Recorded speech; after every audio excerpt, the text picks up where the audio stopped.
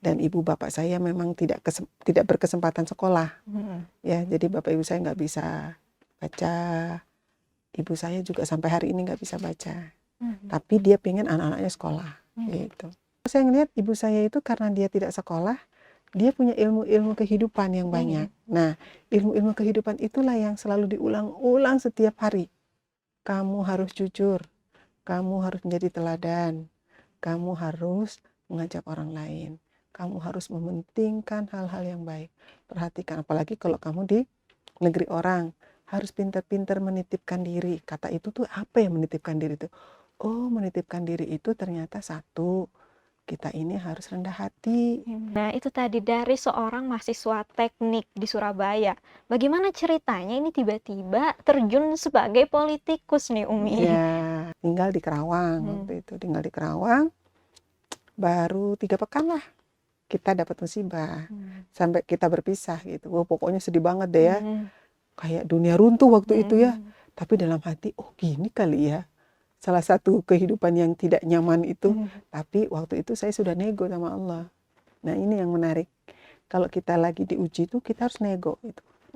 Sedikit mungkin flashback sebelumnya, saya di IPTN itu meskipun masih muda di usia 23 tahun, tapi sudah membantu Ibu Ainun Habibie. Ya itu yang tadi menariknya di IPTN bertemu bersama Ibu Ainun. Mungkin ceritakan sedikit bersama Ibu Ainun. Jadi gini, terus saya diminta untuk membantu Ibu Ainun di Dharma Wanita. Ngurusin khitanan massal, seminar perempuan, terus kemudian berbagi sembako golongan 8. Golongan 8 tuh 3.000 orang loh. Yang kerja di IPTN tuh kan 15.000. Ternyata lulusan SD-nya banyak. Nah, itu yang sama Ibu Ainun perhati. Dari situ saya belajar attitude, kan itu ya. Terus cara bicara, cara megang gitu ya. Pelajaran gratis dari Allah. Terus berapa kali kalau ngomong teh lembut ya Ibu Ainun tuh. Terus kemudian digantikan oleh Ibu Hari. Jadi Ibu Ainun sama Ibu Hari ini mirip. Menikah dengan almarhum Mang Odet ya. Dan secara otomatis saya kader partai, Mang Odet juga kader partai. Kemudian diajukan untuk menjadi caleg gitu. Dan terpilih. Baru pertama kali jadi caleg, alhamdulillah dipercaya oleh Allah, diberikan orang-orang yang ingin mengantarkan saya, hati-hatinya dititipi kasih sayang, milih saya, sehingga saya waktu 2019 mendapatkan suara 43.500. Saya masih ingat tuh, SD tuh, gak punya buku, pinjam ke teman, kan saya nggak bisa untuk biaya fotokopi aja nggak bisa gitu. Saya catat semua halaman-halaman, saya pinjam 2 hari tuh selesai semua.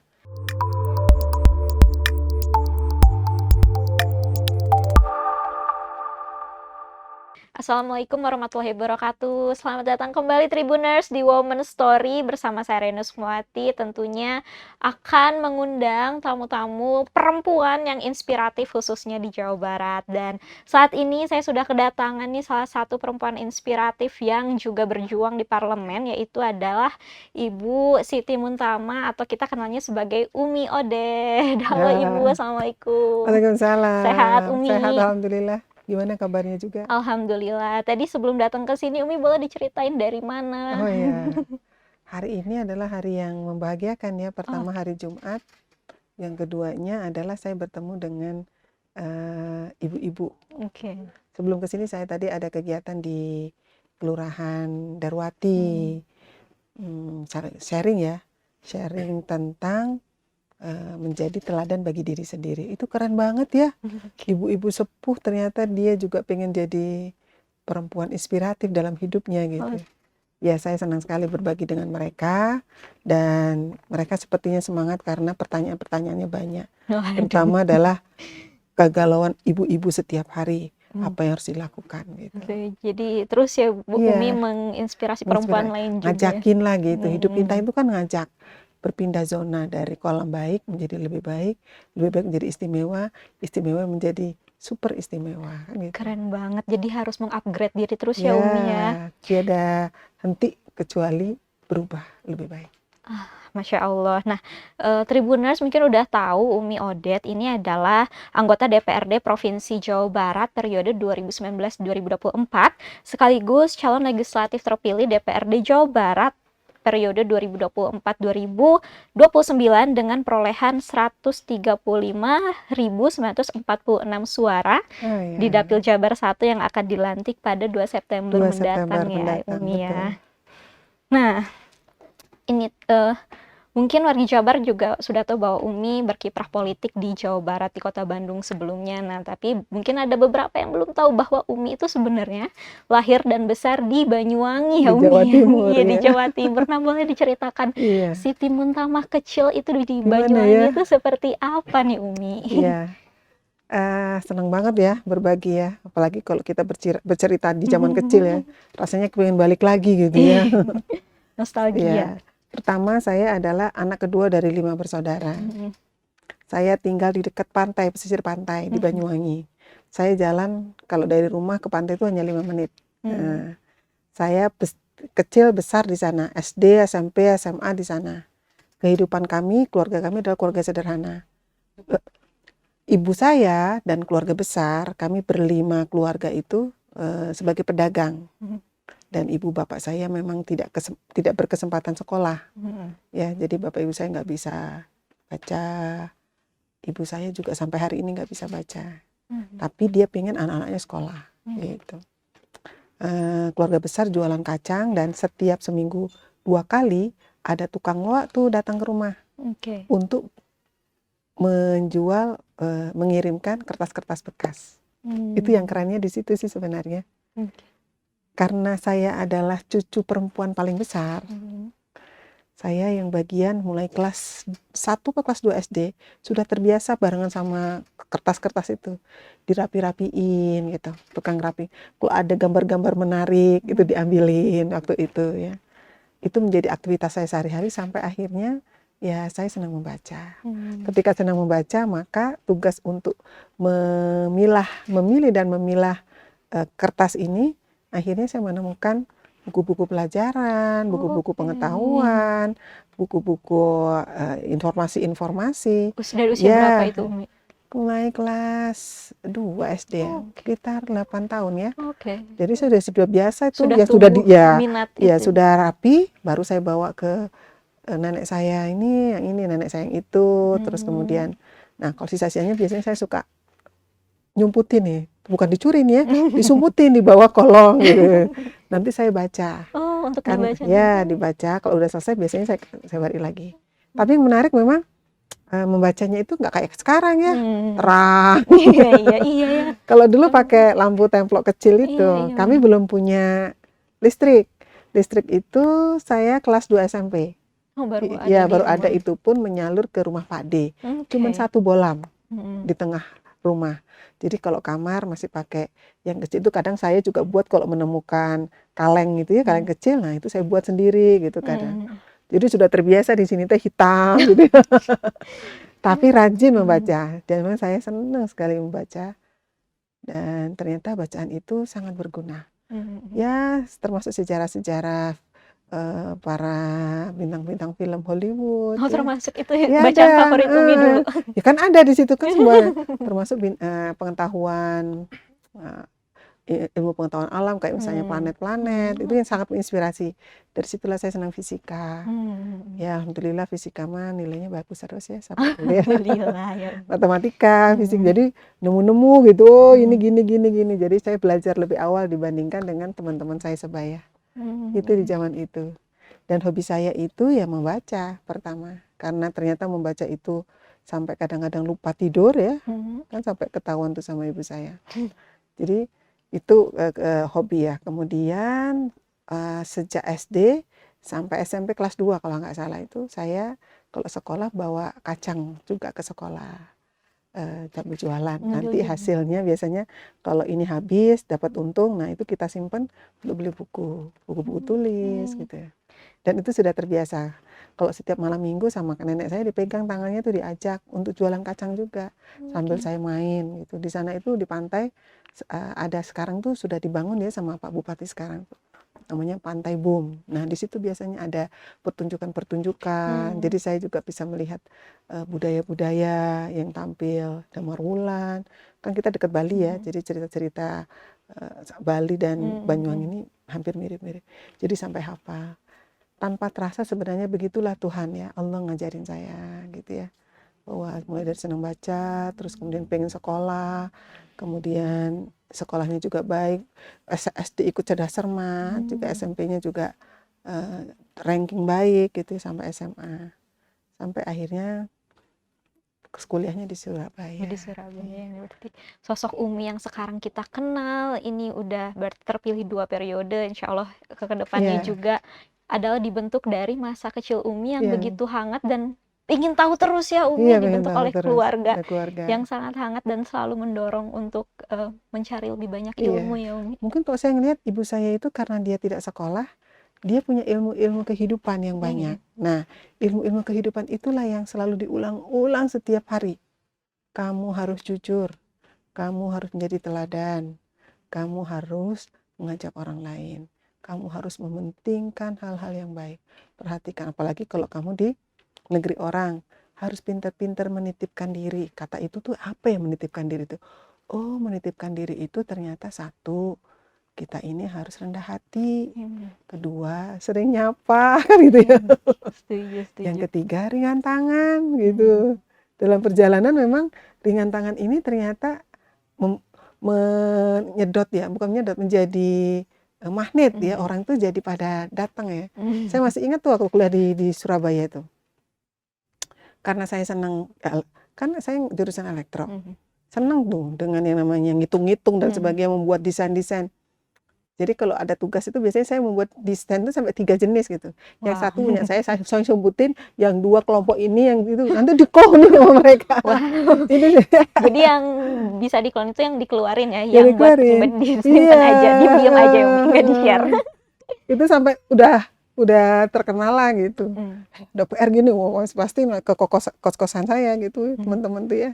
Pada sampai malam-malam gitu. Nanti saya buat sendiri gitu. Misalnya kan buat rangkaian gitu ya, listrik, komputer dengan bahasa coding untuk mengatur begini. Itu seneng banget saya itu ngerjain itu. Karena apa ya? Buat saya tantangan itu adalah menggembirakan. Jadi justru kalau monoton tuh jenuh sih ya. Gimana itu? Butuh sesuatu yang baru terus ya Umi ya. Setiap hari, makanya setiap hari kegiatan banyak 7 gitu, itu bukan bukan kegiatannya sih, tapi vibes masing-masing di sini itu beda gitu. Kayak kita makan ya. Oh, ada pedesnya, ada asinnya, ada manisnya, ada kayak gitu tuh. Kalau semuanya diselesaikan dengan baik satu hari itu, dan saya puas gitu. Setiap hari kayak gitu. Setiap hari, hari-hari Umi Odet ya seperti itu. 7 kegiatan. 7, 6 kadang. Nah, itu tadi dari seorang mahasiswa teknik di Surabaya. Bagaimana ceritanya ini tiba-tiba terjun sebagai politikus nih Umi? Ya, itu menarik gitu. Memang waktu saya di kuliah di Surabaya di ITS itu, saya memang menjadi salah satu mentor keputrian waktu itu. Jadi sebenarnya sudah aktif di sana, di Jamaah Masjid Manarul Ilmi punyanya ITS. Nah, di situ. Nah, di situ tuh saya menarik ya, ngajar TK, ada TK-nya ternyata sore tuh. Jadi ya belajar membagi waktu, belajar terus kemudian juga kalau mahasiswa dengan pas-pasan ya, saya dapat beasiswa dari Jepang, tapi untuk SPP-nya saja, untuk bulanannya enggak. Nah, pernah kakak saya terlambat, nah gitu ya, kan kita udah biasa telat-telat gitu ya. Tapi karena saya senang mengajar anak kecil, saya memang sudah senang anak-anak dari kecil tuh. Jadi saya ngasih les ke tetangga-tetangga yang anak-anak SD, lumayan dapat 1 piring. Anak kosan lumayan ya waktu itu. Dikirimin pisang goreng, dikasih kue, mari itu kayaknya istimewa banget. Yang namanya mari Roma itu ya, itu istimewa di zaman saya. Bisa beli itu tuh buat saya ya. Buat saya itu adalah sesuatu, kalau saya punya uang lebih banget tuh baru bisa. Sekarang menimpa balatak ya. Alhamdulillah ya, berarti udah upgrade hidupnya. Alhamdulillah. Terus anak-anak itu kan, tahu nggak, yang namanya Hongguan itu buat Umi super istimewa di zaman itu. Kenapa jadi itu? Iya, kalau sekarang mending nggak laku gitu ya. Ya saya melihat itu, jadi saya juga beraktivitas di kampus, di keputrian, juga ngajar TK, sekaligus juga ngajar tetangga-tetangga yang anak-anak tetangga gitu ya, alhamdulillah. Sampai saya sudah lulus tuh ceritanya. Lulus akhirnya saya karena dapat IPK terbaik ya waktu itu ada 5 perusahaan yang minta saya. Ada TOA, ada National Gobel, ada IPTN, terus kemudian ini apa? Telkom. Satunya lagi dari kampus. Waktu itu Pak Nuh meminta saya jadi dosen. Tapi biasalah saya mau lagi lurus gitu. Pokoknya nih kalau nggak mau ngajar yang berinteraksi dengan laki-laki.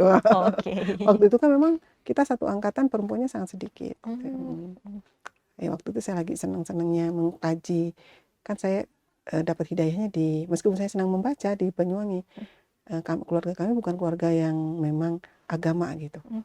Jadi saya ketemunya di Surabaya. Ketika saya membaca, kemudian buka hidayah itu. Lagi senang banget dengan kajian, dengan Quran dan gitu. Sampai akhirnya saya menolak tuh. Terus kemudian ada tawaran dari 4 perusahaan itu, saya disuruh milih, diistikharoin dulu. Nah, kemudian pilihlah IPTN. Ternyata di IPTN itu saya pikir bertemu dengan perempuan banyak ya. Ternyata sama aja. Iya, sama aja. Seruangan di elektrik itu cuma saya sendiri ternyata. Iya. Untuk bagian itu ya, bagian elektrik. Kalau seruangan tuh ada 5 waktu itu. Sebagai dosen juga? Enggak, di IPTN. IPTN tuh industri Oh, pesawat ya, terbang, industri. PTDI ya. PTDI.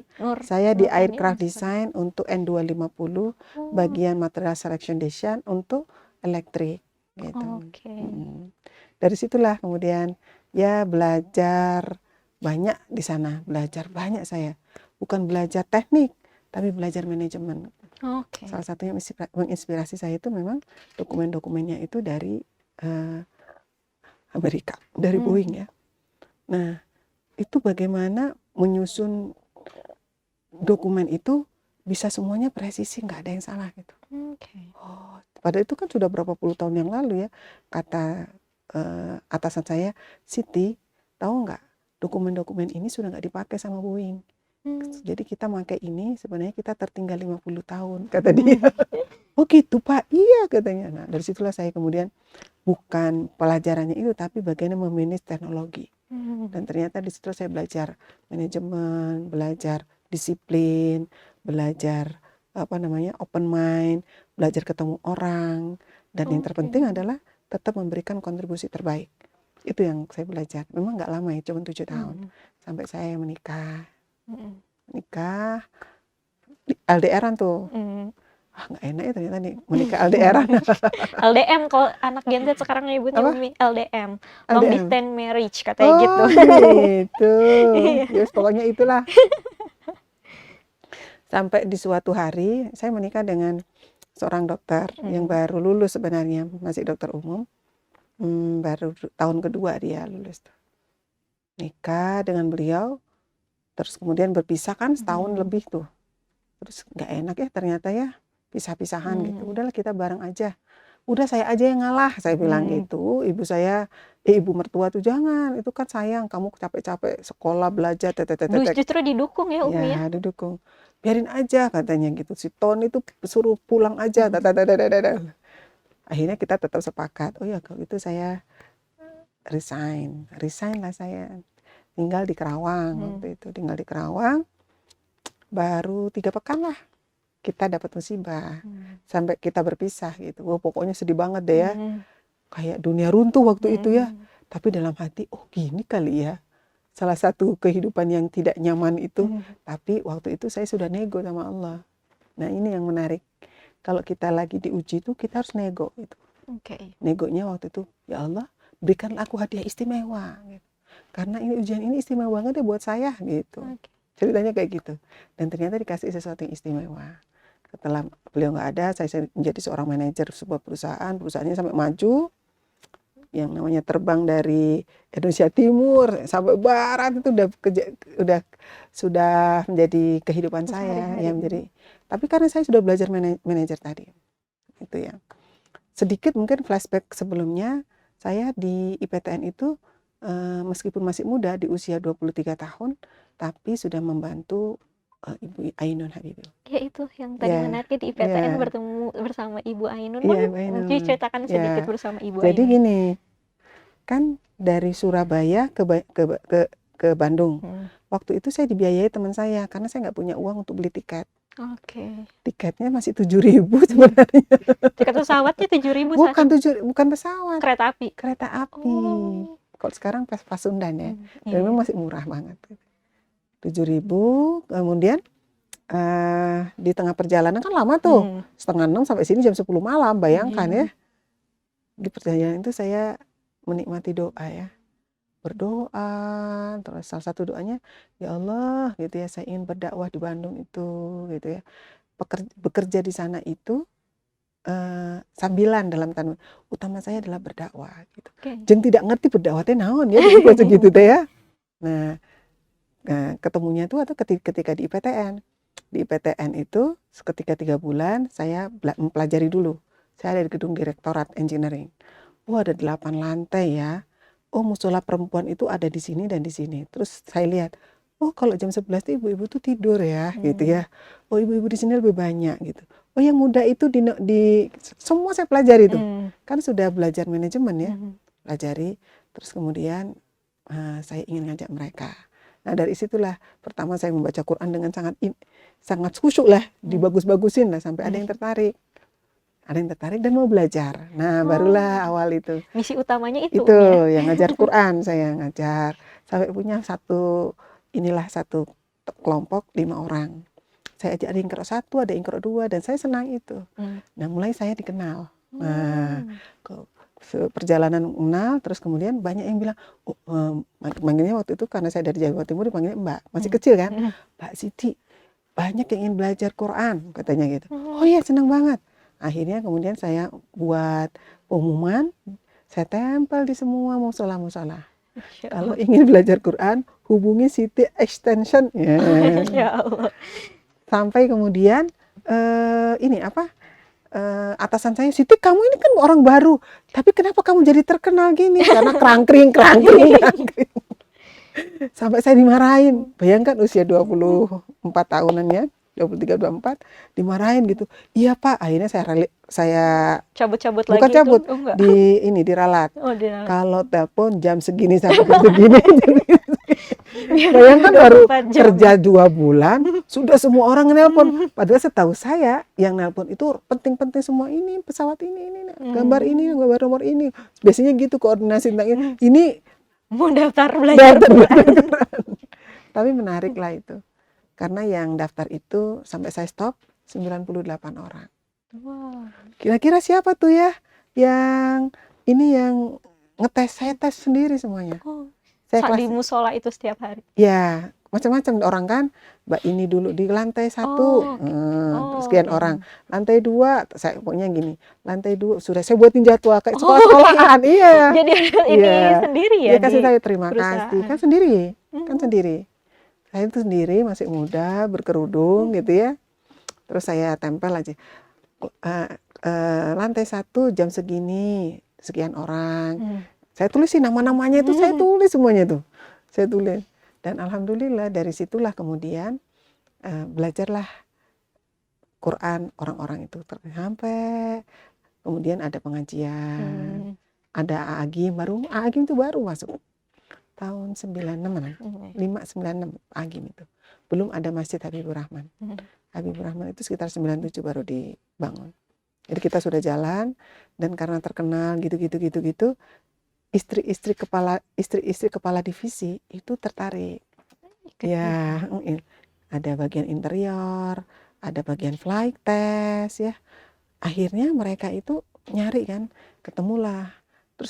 Terus saya diminta untuk membantu Ibu Ainun di Dharma Wanita, ngurusin khitanan massal, seminar perempuan, terus kemudian berbagi sembako golongan 8. Golongan 8 tuh 3.000 orang loh. Yang kerja di IPTN itu kan 15.000. Ternyata lulusan SD-nya banyak. Nah, itu yang sama Ibu Ainun perhati. Dari situ saya belajar attitude, kan itu ya. Terus cara bicara, cara megang gitu ya. Pelajaran gratis dari Allah. Terus berapa kali kalau ngomong teh lembut ya Ibu Ainun tuh. Terus kemudian digantikan oleh Ibu Hari. Jadi Ibu Ainun sama Ibu Hari ini mirip. Ibu Hari Laksono itu dirut setelah Pak Habibie nggak ada. Itu juga ngajarin itu. Dan saya tidak menyangka kalau bahwa ilmu itu terpakai hari ini. Ketika mengapresiasi orang, tidak merendahkan orang, memuliakan orang, membuat nyaman setiap orang, itu yang saya rasakan dari pelajaran-pelajaran bersama di IPTN, dan jauh lebih mahal daripada gaji tiap bulan. Gitu. Sampai akhirnya ada PK, Partai Keadilan, dan saya sudah jadi pengurus saat itu. Jadi tahun 98 ya, itu 97-98 PKS tuh. Kemudian 2002 menjadi PK dulu baru PKS. Saya menjadi ketua bidang perempuan di Kecamatan Cicendo. Tahun 2007 menjadi ketua bidang perempuan di tingkat kota. Sekarang saya menjadi ketua bidang perempuan di tingkat provinsi dan menikah dengan almarhum Mang Odet, ya. Dan secara otomatis saya kader partai, Mang Odet juga kader partai, kemudian diajukan untuk menjadi caleg gitu, dan terpilih. Baru pertama kali jadi caleg, alhamdulillah dipercaya oleh Allah, diberikan orang-orang yang ingin mengantarkan saya, hati-hatinya dititipi kasih sayang, milih saya, sehingga saya waktu 2019 mendapatkan suara 43.500. Dan 2024 saat Mang Odet tidak ada itu deg-degan. Alah, kemarin kan dibantu Mang Odet gitu ya. Kemudian saya istri wali kota gitu ya. Ini bisa nggak ya, deg-degan gitu. Tapi saya kerjakan arahan-arahan dari Partai Keadilan Sejahtera pimpinan saya untuk memenangkan setiap perhelatan kompetisi dalam elektoral, itu saya lakukan. Dan alhamdulillah berkat dari Allah Subhanahu wa taala, sekaligus juga dukungan dari masyarakat, kepercayaan masyarakat, 5 tahun berkinerja baik, terpilih dan mendapatkan suara 3 kali lipat. Iya, lebih banyak dari Lebih yang banyak sebelumnya. ya, Lebih luar banyak biasa. banget, Masya Allah. Nah, berarti perjalanan Umi nih untuk menjadi seorang politikus ternyata bukan hanya dari satu titik kesadaran nih, tapi adalah proses panjang ketika Umi melewati setiap tahapan kehidupan itu, bahkan sejak dari mahasiswa hingga dari bekerja. zaman masih kecil ya sebenarnya. Sebenarnya dari kecil kan tuh memanage sendiri kan. Memanage sendiri, saya masih ingat tuh SD tuh. Gak punya buku, pinjam ke teman.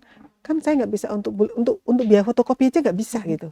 Saya catat semua halaman-halaman, saya pinjam 2 hari tuh selesai semua. Tuh saya kok ingat itu tuh, Masya Allah. Akhirnya kan saya membaca ya, catetin gitu, saya catat. Baca, saya punya buku bahasa Indonesia itu 1 buku, matematika 1 buku, tapi dicatat lagi gitu. Halaman 97 saya sudah punya 97 gitu, tapi itu catatan saya. Saya menyatatnya hati-hati, sekali belajar ketelitian, belajar kesabaran, belajar nata kan gitu ya, termasuk juga belajar memahami gitu. Itu saya rasakan waktu SD itu, berkesempatan menyalin. Karena saya nggak punya anggaran untuk fotokopi. Berangkat dari situ ya, Dari sangat situ, panjang sekali. Jadi kenapa Umi kok bisa sabar katanya, kalau kata orang-orang ya. Iya, sabar tuh tidak seperti goreng kerupuk gitu ya. Tadi kan sabar, ini sabar. Satu persatu dijalani. Satu-satu dijalani, nemu ini terus. Iya. Download Tribun X sekarang, menghadirkan lokal menjadi Indonesia.